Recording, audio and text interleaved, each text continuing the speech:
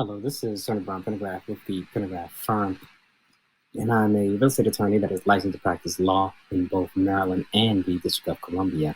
And the topic for today's video is if a landlord dies, the definitive Q&A. So essentially, it's a bunch of questions about what happens if a landlord dies. And disclaimer: this is legal information. This is not legal advice. So for legal advice, you can speak with an attorney that is licensed to practice law in your jurisdiction. So, presentation outline number one. So why this article video is necessary. So it's a short intro. And then after that, we get into the question. So the first question is, if a landlord dies, does the tenant have to pay rent to the estate? Next question, if my landlord dies, how do I pay the rent? Next question, if a landlord dies, can the personal representative or heirs, can they evict the tenant? Next question, if a landlord dies, does the estate have to fix broken things and provide housing services to the tenant? Next question, if a landlord dies, is the estate allowed to sell the property with a tenant living in it? Next question, if a landlord dies with no heirs, does the tenant get the house? And the next question, if a landlord dies, what happens to the tenant's security deposit?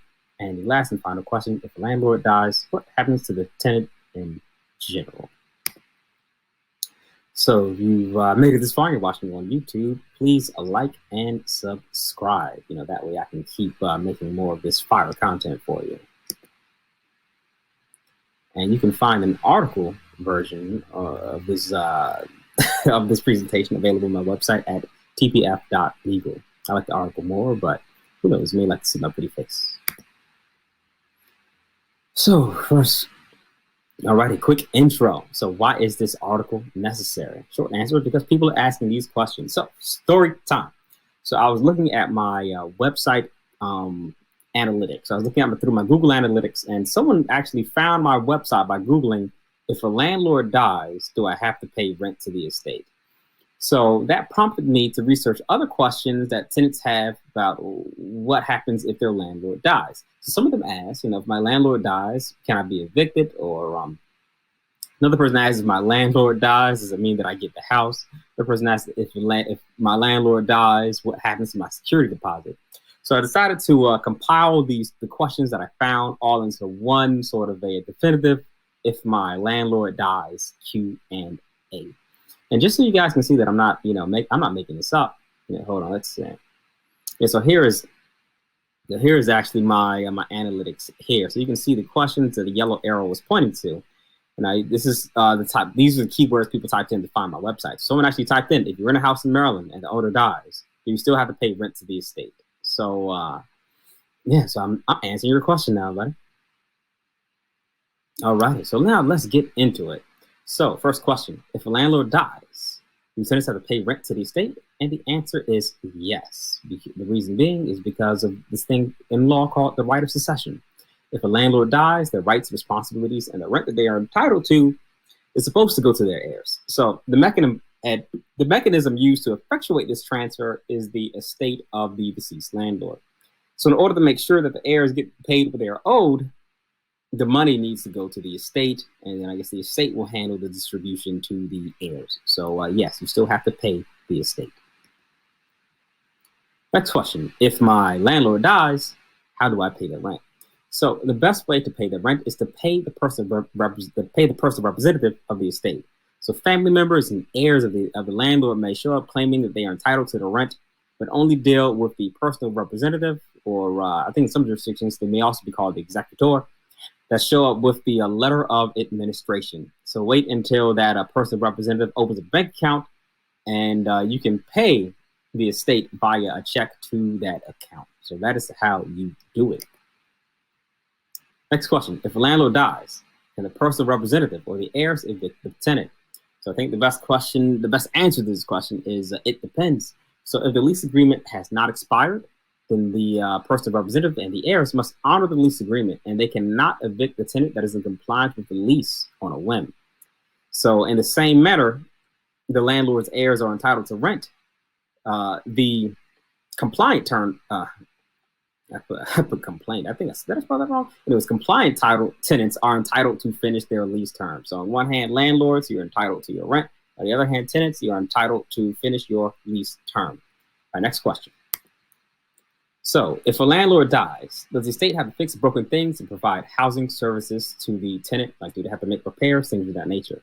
And the answer is yes. The lease obligations remain in full force and effect. So the landlord's successors must carry on the duty of being landlords, just as the tenant must continue to pay on the duty of being a tenant and pay rent.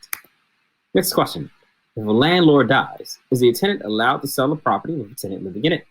The answer to that is yes. It is very common for a personal representative to settle an estate by selling the home.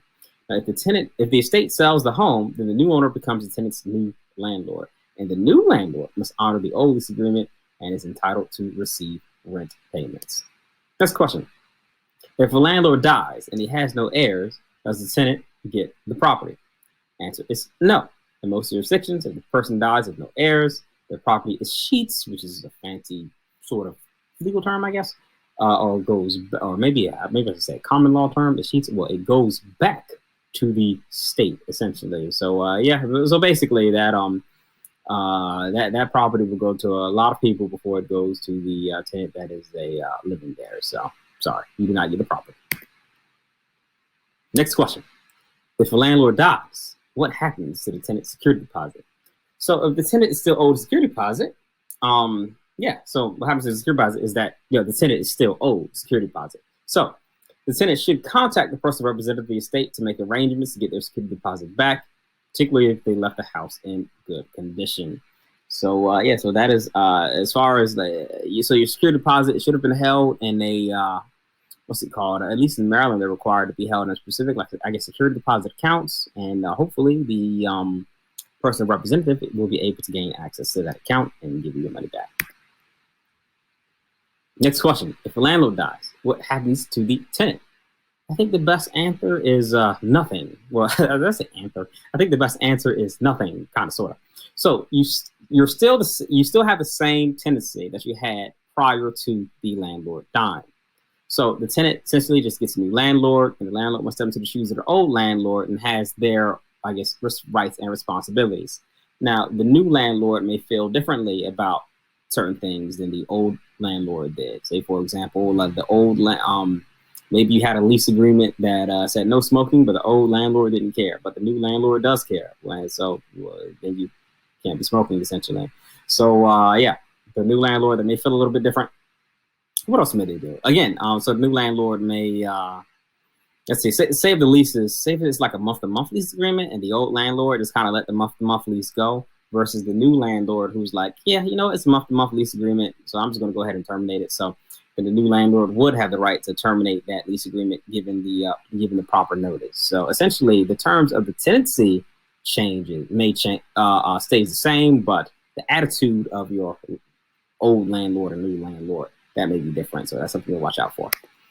And that is it. So if you have any questions that you would like to be considered for the Ask Attorney P series, you can submit the questions at by visiting my website at tpf.legal/ask. And that is where you'll be able to ask those questions. Thanks for watching. Once again, my name is Brian Pendergraft, property lawyer, licensed in Maryland and in DC. And there's my contact info. You can get in touch with me through tpf.legal or perhaps an email at info@tpf.legal. All right. Thanks for watching. Take care. Subscribe to the house.